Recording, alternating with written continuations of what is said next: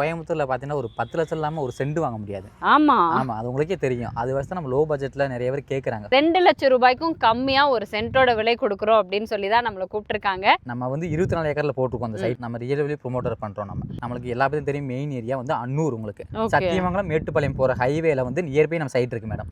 Nearby school college எல்லாமே nearby இருக்கு madam. நம்மளுக்கு ஹாஸ்பிட்டல் போகிறாப்புல இருக்கு, எல்லாமே நியர்பை இருக்கு. இப்போ பஸ் ஃபெசிலிட்டிஸ் எல்லாம் எந்த மாதிரி? பஸ் பார்த்தீங்கன்னா நம்ம சைட்டுக்கு வெளியே பஸ் வரும் மேடம். அப்படியா? இந்த ரோட்லயே பஸ் இந்த ரோட்லயே வெளியே பார்த்தீங்கன்னா சைட்டுக்கு வெளியே பஸ் வரும். நம்மளுக்கு ஒன்னொரு கூட பஸ் இருக்கு. கிராண்ட் ஆர்ச் பண்ணியிருக்கோம்.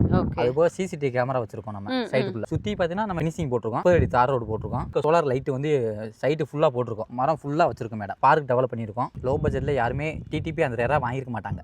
நம்ம டிடிசிபி அந்த ரெரா வாங்கியிருக்கோம். சைட்டு வந்து பேஸ் 2 போட்டிருக்கோம். இப்போ அது ஒரு 310 சைட் போட்டிருக்கோம். அது பார்த்தீங்கன்னா 1200 ஸ்கொயர் ஃபீட்.